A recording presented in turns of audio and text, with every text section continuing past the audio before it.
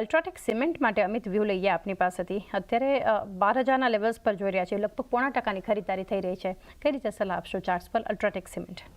કાઉન્ટરમાં એક strong breakout આવતા પણ જોવા મળે છે. ડાઉનવર્ડ ટ્રેન્ડલાઇનનું બ્રેકઆઉટ બનતા પણ જોવા મળી રહ્યું છે. જે હિસાબથી આપણે જોઈએ તો 11,900 લેવલ પર એક બ્રેકઆઉટ બની રહ્યું છે. હવે અપસાઇડમાં જે હિસાબથી આપણે જોશું તો જે પેટર્ન બનતા પણ જોવા મળી રહી છે એ હિસાબથી લાગે છે કાઉન્ટરમાં જે પહેલું રેઝિસ્ટન્સ લેવલ બનતા જોવા મળશે એ 12,150ના લેવલ પર બનતા પણ જોવા મળશે. 12,150ના ઉપર જેમ નીકળે છે કાઉન્ટર તો 14,000 માટે કાઉન્ટર તૈયારી કરી લેશે. સો મને લાગે છે ડેફિનેટલી લોંગની પોઝિશન ક્રિએટ કરવી છે અને અગર ડીપ મળે છે તો હું કહીશ કે પોઝિશન હજી એડ કરી શકાય. ડિપ્સ જે છે કે પોઝિશન એડ પણ તમે કરી શકો છો અલ્ટ્રાટેક સિમેન્ટ પર. અમુક ઘટનારા સ્ટોક આ મજબૂતીમાં છે. એક અદાની પોર્ટ્સ વિરાટ સૌથી વધારે નિફ્ટીમાં સ્ટોક ઘટી રહ્યો છે. અત્યારે 2% આસપાસનું દબાણ છે અદાની પોર્ટ્સમાં, ને જે રીતે જોઈ રહ્યા છે એક ઘટાડા સાથેનો કારોબાર, કઈ રીતે વ્યૂ રહેશે? તો અદાની પોર્ટને અગર આપણે જોઈએ તો એક સારી મુવમેન્ટ આપણને બનતી જોવા મળી હતી મંડે ટ્યુઝડે વેનસડે થર્સડે સેશનમાં. ત્યારબાદ આજે એક સારું કરેક્શન આપણને બનતું જોવા મળી રહ્યું છે કે જે પ્રીવિયસ ટ્રેડિંગ સેશનમાં મુવમેન્ટ આવી હતી એ આખી સેટ ઓફ થતી જોવા મળી રહી છે આજના દિવસમાં. ઇમ્પોર્ટન્ટ ફેક્ટર એ છે કે 200 દિવસની એક્સપ્લેનેશન મૂવિંગ એવરેજના ઉપર અત્યારે કારોબાર થતો જોવા મળી રહ્યો છે.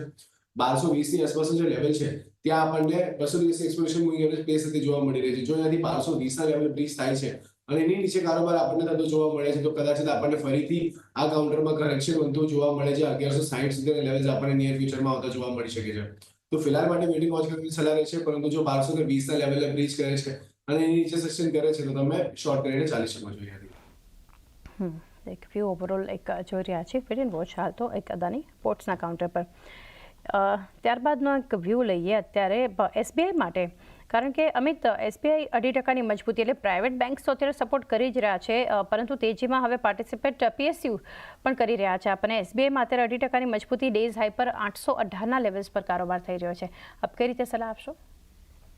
મેં જણાવ્યું કે નિફ્ટી પીએસયુ બેંકમાં હવે સારું એવું બાઇંગ આપણને મળતા પણ જોવા મળશે અને ઓવરઓલ એના જે પીએસયુ બેંક ઇન્ડેક્સમાં બી આપણે એનાથી ચાર્ટ સેટઅપ જોવે તો 200 ડીએમએનું બ્રેકઆઉટ બી આ ઇન્ડેક્સમાં આવતા પણ જોવા મળશે. અને ઇન્ડેક્સ હવે આપણે જોશું અત્યારે કરન્ટલી તો 6750ના લેવલ માટે આ ઇન્ડેક્સ હવે તૈયારી કરી રહ્યો છે. તો મને લાગે છે સ્ટ્રેન્થ છે ઓવરઓલ પીએસયુ બેંક્સમાં. અને એસબીઆઈની વાત કરીએ આપણે સ્પેશિયલી તો મને લાગે છે એસબીઆઈમાં બી એક સારું બ્રેકઆઉટ બનતા પણ જોવા મળશે. છેલ્લા 2 દિવસ અંદર વોલ્યુમ બી આપણે જોશું સ્ટ્રોંગ ફ્રન્ટ એડિશન થતા જોવા મળ્યું છે. અપસાઇડમાં મને લાગે છે 835ના લેવલ સુધી આ કાઉન્ટર આવતા પણ જોવા મળશે. 835ના આસપાસ મને લાગે થોડીક એવી બ્રેક લાગશે. જેમ 835નો ક્લિયરન્સ મળી જાય છે ત્યારબાદ 880 માટે આ કાઉન્ટર તૈયારી કરી લેશે. સો ડેફિનેટલી લોંગની પોઝિશન ક્રિએટ કરી શકાય. ખરીદારી એસબીઆઈમાં તમે કરી શકો છો. વિરાટ ઓએનજીસીમાં અત્યારે 0.5%ની મજબૂતી જોઈ રહ્યા છે અને 245ના ડેઝ હાઈ પર છે ઓએનજીસી. કઈ રીતે ચાર્ટ સેટઅપ જોઈ રહ્યા છો? તો ઓએનજીસી ની અગર વાત કરીએ તો ઓએનજીસી પણ આપણને છેલ્લા ઘણા સમયથી ડાઉનવર્ડ મૂવિંગ ચેનલની અંદર કારોબાર કરતો જોવા મળી રહ્યો છે અને અત્યારે આપણે હજી એની અંદર જ આપણને કારોબાર થતો જોવા મળી રહ્યો છે. સો અત્યારના એના જે હાયર વેન્ટ છે એના પાસે આપણને કારોબાર થતો જોવા મળી રહ્યો છે. પોસિબલ છે કે અહીંયાથી આપણને હલકું કરેક્શન બનતું જોવા મળે, એક પ્રોફિટ બુકિંગ અહીંયાથી આવતું જોવા મળી શકે છે, કારણ કે બહુ સ્ટીપ રિકવરી આપણે અહીંયા ઓબ્ઝર્વ કરી છે. જે આપણે 7 એપ્રિલના દિવસે જોયું હતું કે 205ની આસપાસના લેવલ્સ હતા, અત્યારે 245ની આસપાસના લેવલ્સ છે. તો સારો ઉછાળો આપણને ઓલરેડી મળતો જોવા મળ્યો છે within a very short time span. તો પોસિબલ છે કે અહીંયાથી એક હલકું કરેક્શન એક્સપેક્ટ કરી શકાય અને આ નીચે 230 235ની આસપાસ આપણને કાઉન્ટર બધું જોવા મળી શકે છે. તો અહીંયા ફિલહાલ માટે તમે અવોઇડ કરીને ચાલી શકો છો કે વેઇટિંગ વોચ કરીને ચાલી શકો છો. જ્યાં સુધી ઉપરમાં 255ના લેવલ બ્રીચ નથી કરતા ત્યાં સુધી વેઇટ એન્ડ વોચ કરો. મે બી અહીંયાથી હલકું કરેક્શન આવશે, કરેક્શન આવ્યા બાદ ફરીથી મુવમેન્ટ આવતી જોવા મળે અને શોર્ટફોલ પછી જો અગર મુવમેન્ટ આવે છે અને 250 255ના લેવલ સરપાસ કરે છે તો ત્યાં લોંગ કરીને ચાલવાની સલાહ રહેશે, પરંતુ till the time weight and watch કરવાની સલાહ રહેશે. વેઇટ એન્ડ વોચનો એક વ્યૂ ઓએનજીસી પર બનતો જોઈ રહ્યા છે. અમિત, પાવરગ્રીડ માટે કઈ રીતે સલાહ આપશો? કારણ કે અહીંયા પણ અત્યારે પાવરગ્રીડમાં પણ આપણે જોઈ રહ્યા છીએ કે ડેઝ હાઈ પર કારોબાર થતો દેખાડી રહ્યો છે. લગભગ 1% મજબૂતી 312ના ડેઝ હાઈ પર છે સ્ટોક. આપનો વ્યૂ? આપણે જોઈએ 316ના લેવલ પર આ કાઉન્ટર એનાથી 200 ડીએમનો રેઝિસ્ટન્સ બની રહ્યો છે. સો અત્યારે મોમેન્ટમ તો મને પોઝિટિવ લાગી રહ્યો છે. જે ઇન્ટરડે પેટર્ન જે બનતા પણ જોવા મળે છે પોઝિટિવ લાગી રહ્યું છે અને મુવમેન્ટ લાગે છે એનાથી બાઇંગ બી આવતા પણ જોવા મળશે. બટ જેમ 316ના ઉપર નીકળે છે ત્યારબાદ આ કાઉન્ટર 326થી 328 માટે રેડી થશે. સો કરન્ટલી લોંગની પોઝિશન ક્રિએટ કરવી તો કરી શકાય. પહેલો ટાર્ગેટ 316ના ઉપર રહેશે. જેમ એ નીકળે છે ત્યારબાદ 328ના બીજા ટાર્ગેટ માટે લોંગની પોઝિશન હોલ્ડ રાખી શકાય. 328ના બીજા લેવલ્સ પણ બતાવી શકે છે કે પાવરગ્રીડ નિફ્ટી બેંક પર એકવાર નજર કરી લઈએ તો એક ફરી નવા લેવલ્સ પર અને પહેલીવાર 55,204ના લેવલ્સ જે છે ઇન્ટ્રાડેમાં પહોંચતું દેખાઈ રહ્યું છે આપણને નિફ્ટી બેંક. તો જે રીતે આપણે એક શરૂઆત જ નવા રેકોર્ડ સાથે જોઈ 55,200 અત્યારે એ લેવલ્સને પણ પાર આપણને એક લેવલ્સ પહોંચતા દેખાયા અને આજ માટે અગર જોઈએ તો 55,202 જે છે એક નવા રેકોર્ડ સાથે આગળ નિફ્ટી બેંક મજબૂતી સાથે આપણને વધતું જોઈ રહ્યા છે. આ સિવાયના અન્ય સ્ટોક્સ પર હવે વ્યૂ લઈએ તો એક BEL માટે વિરાટ આપની પાસેથી 0.5% આસપાસની ખરીદદારી છે. 297ના DSI પર BEL આપણને ટ્રેડ થતું દેખાડી રહ્યું છે. કઈ રીતે સલાહ આપશો? પણ અગર આપણે જોઈએ તો ક્યાંક ને ક્યાંક હાયર એન્ડ પર એક ડાઉનવર્ડ મૂવિંગ ટ્રેન્ડ લાઇન બનતી જોવા મળી રહી છે, જેનું હર્ડલ આપણને 300-303ની આસપાસ બનતું જોવા મળી શકે. તો અહીંયા પણ વ્યૂ એવી રીતના જ રહેશે જે કે કન્ડિશનલ બાઇંગ રહેશે. 303ની ઉપર જ્યાં સુધી સસ્ટેન નથી કરતું ત્યાં સુધી તમે વેઇટ એન્ડ વોચ કરો. જો 303ની ઉપર સસ્ટેન થવાનું સ્ટાર્ટ કરે છે અને એની ઉપર આપણને કારોબાર થતો જોવા મળે છે તો અહીંયાથી તમે સારી એવી તેજી એક્સપેક્ટ કરી શકો છો. જ્યાં લીડ કરી શકે છે 340 સુધીના લેવલ્સ માટે અને નીચેમાં 286 એક સારા સપોર્ટની જેમ કામ કરતો જોવા મળી શકે છે. તો ફિલહાલ માટે વેઇટ એન્ડ વોચ કરો. 303ના લેવલને સરપાસ કરે છે ત્યાંથી તમે લોંગ કરીને ચાલો 286 નો સ્ટોપ લોસ રાખો અને 340ના ટાર્ગેટ માટે 340ના ટાર્ગેટ અને 286નો એક સ્ટોપ લોસ BEL માટે ધ્યાનમાં રાખો. વધુ એક બેન્કિંગ કાઉન્ટર માટે વ્યૂ લે. આજે બેંક્સ જ મેજરલી ફોકસમાં છે. તો અમિત, AUSFB માટે 4.5% અત્યારે EU સ્મોલ ફિનાન્સ બેંક આપણને ખરીદદારી બતાવી રહ્યું છે. કઈ રીતે સલાહ રહેશે? એ સ્મોલ ફાઇનાન્સ બેંકની વાત કરીએ આપણે અત્યારે કરન્ટલી તો મને લાગે છે કાઉન્ટર અત્યારે બ્રેકઆઉટની તૈયારી કરી રહ્યો છે. એનાથી આપણે જોશું 200 DMA ના લેવલ પર આવી ગયો. ઓલમોસ્ટ આપણે બધા મેજરલી કાઉન્ટર્સ આપણે જોઈએ 200 DMA ના બ્રેકઆઉટના આસપાસ આવી ગયો છે. સો કરન્ટલી મને લાગે છે લોંગની પોઝિશન ક્રિએટ કરવા માટે થોડુંક વેટ 614ના ઉપર જેમ નીકળે છે ત્યારબાદ લોંગની પોઝિશન ક્રિએટ કરવી જોઈએ. 614ના ઉપર જેમ આ કાઉન્ટર નીકળશે તો મને લાગે છે એના પછી જે પહેલો લેવલ બનતા પણ જોવા મળશે એ 635નો બનતા પણ જોવા મળશે. તો જેમ 614ના ઉપર નીકળે ત્યારબાદ લોંગની પોઝિશન ક્રિએટ કરી શકાય. તો એક વ્યૂ આ લેવલ્સને એક ધ્યાનમાં રાખી અને એવું સ્મોલ ફિનાન્સ બેંક માટે બનતું જોઈ રહ્યા છે. બંધન બેંક માટે વિરાટ આપની પાસેથી વ્યૂ લઈએ. અત્યારે 163ના DSI પર છે ફ્યુચરમાં આ સ્ટોક અને લોંગ સાઇડ પર બિલ્ટઅપ પણ છે બંધન બેંક. કઈ રીતે વ્યૂ આપશો? તો બંધન બેંક મને ઘણો અટ્રેક્ટિવ લાગી રહ્યો છે કારણ કે 160ની આસપાસનો જે લેવલ હતો એક સ્ટ્રોંગ હર્ડલની જેમ કામ કરતો જોવા મળી રહ્યો હતો. વારે ઘડે આપણે રિજેક્શન ત્યાંથી આવતું જોવા મળી રહ્યું હતું અને સારી કોન્ટ્રાક્ટરી પોઝિશન પણ આપણને લેવલ પર બનતી જોવા મળી રહી હતી. તો એ લેવલને સરપાસ કરીને અત્યારે એની ઉપર આપણને કારોબાર કરતો જોવા મળી રહ્યો છે. લોંગ બિલ્ડઅપ પણ થયું છે. તો પોસિબલ છે કે અહીંયાથી આપણને મોમેન્ટમ જે છે એ કન્ટિન્યુ થતું જોવા મળી શકે.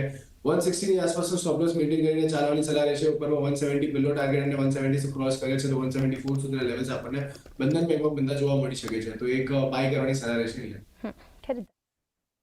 બંધન બેંક માટે ટાટા સ્ટીલ લિમિટેડ પર વ્યૂ લઈએ અમિત. અત્યારે 1%ની મજબૂતી છે સ્ટોક પર અને 138ના DSI પર આપણને સ્ટોક ટ્રેડ થતો બતાવી રહ્યો છે. કઈ રીતે વ્યૂ આપશો ટાટા સ્ટીલ?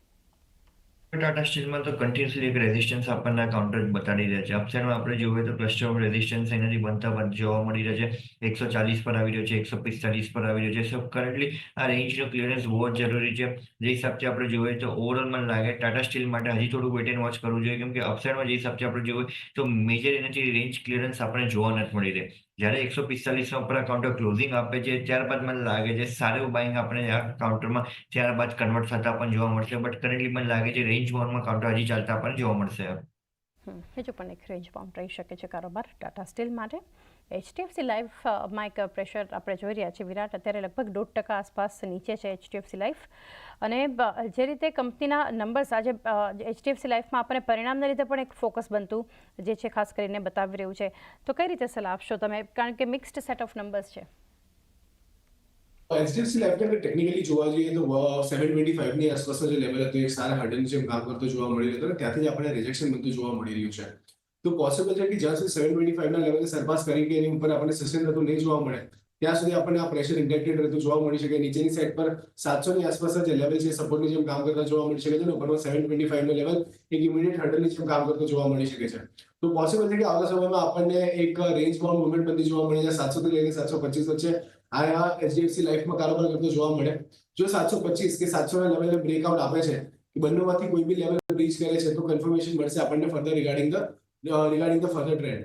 સો ત્યાં સુધી વેટ એન્ડ વોચ કરો. જો 725 ની ઉપર જાય છે તો લોંગ કરો, 700 ની નીચે જાય છે તો શોર્ટ કરીને ચાલી શકો છો. 700 ની નીચે શોર્ટ કરી શકો છો. વેટ એન્ડ વોચ હાલ HDFC લાઈફ માટેનો વ્યૂ છે. L&Tમાં એક ખરીદદારી છે અમિત. અત્યારે 0.5% મજબૂત છે સ્ટોક. ઓલમોસ્ટ DSIના લેવલ 3270 પર L&T આપણને ટ્રેડ થતું દેખાડી રહ્યું છે. અહીંયા શું કરવું જોઈએ? આપણે જોઈએ હવે રીતના રેઝિસ્ટન્સ પર આવી ગયો છે 3290 નો રેઝિસ્ટન્સ લેવલ બનતા આપણને જોવા મળે છે. વોલ્યુમ આપણે જોશું તો એનાથી થર્સડેના સેશનમાં વોલ્યુમ સારું એડિશન થતા આપણને જોવા મળ્યું. હવે 3290 ના ઉપર જેમ નીકળે છે ત્યારબાદ લોંગની પોઝિશન ક્રિએટ કરે છે કેમ કે કન્ફર્મેશન આપણે જોશું એ લેવલ પર જ બનતા આપણને જોવા મળે છે. જેમ 3290 નો ક્લિયરન્સ મળે છે તો મને લાગે છે શોર્ટ્સનું સારું એવું લિક્વિડેશન થતા આપણને જોવા મળશે અને બાયર્સ સારું એવું એડિશન થતા આપણને ત્યારબાદ જોવા મળે છે. તો currently wait and watch current સલાહ રહેશે 3290 ના બ્રેકઆઉટ્સ માટે. વેટ એન્ડ વોચનો વ્યૂ છે એલએનટી પર. કોલ ઇન્ડિયામાં પણ એક ખરીદદારી જોઈ રહ્યા છે. વિરાટ 0.5% મજબૂત છે અત્યારે અને 400ના ડેઝ હાઈ બનાવ્યા છે અત્યારે કોલ ઇન્ડિયા. કઈ રીતે સલાહ આપશો? અહીંયા પર ક્યાંક ને ક્યાંક મને એવું લાગી રહ્યું છે કે એક સીમિત રેન્જની અંદર કારોબાર થઈ રહ્યો છે. ઉપરમાં 400-405 ની વચ્ચેનો કારોબાર છે અને નીચેની સાઈડ પર અગર આપણે જોઈએ તો જે આપણે હમણાં શોર્ટફોલ બનતું જોવા મળ્યું તો એ અગર કન્સિડર ના કરીએ તો 385 ની આસપાસના લેવલ છે જે સપોર્ટની જેમ કામ કરી રહ્યા છે. તો 15 પોઈન્ટની રેન્જની અંદર વચ્ચે જ કારોબાર થઈ રહ્યો છે. તો અગર અહીંયાથી આપણે બુલિશ મોમેન્ટમ એક્સપેક્ટ કરવી હોય તો 400 ની ઉપર આપણને સસ્ટેન થતું જોવા મળવું જોઈએ. ઉપરની સાઈડ પર ત્યારે એક્સપેક્ટ કરે કે 420 સુધીના લેવલ્સ આવતા જોવા મળે. અને કોન્ટ્રાસ્ટ સાઈડ અગર જો અહીંયાથી આપણને નીચેની સાઈડ પર મૂવ થતું જોવા મળે છે તો 385 ની આસપાસ જે લેવલ છે સ્ટ્રોંગ સપોર્ટની જેમ કામ કરતા જોવા મળી શકે છે. જો 385 ના લેવલ બ્રીચ થાય છે તો નીચે 360 સુધીના લેવલ્સ પણ આપણને આવતા જોવા મળી શકે છે. તો અહીંયા પણ વેટ એન્ડ વોચ કરો. જો 400 ની ઉપર જાળવાઈ રહે છે તો તમે અહીંયાથી લોંગ પોઝિશન ક્રિએટ કરીને ચાલી શકો છો. પરંતુ જો 400 પાસેથી રિજેક્શન આવે છે તો નીચે 350 સુધીના લેવલ્સ પણ આપણે નિયર ફ્યુચરમાં આવતા જોવા મળી શકે. તો એક વ્યૂ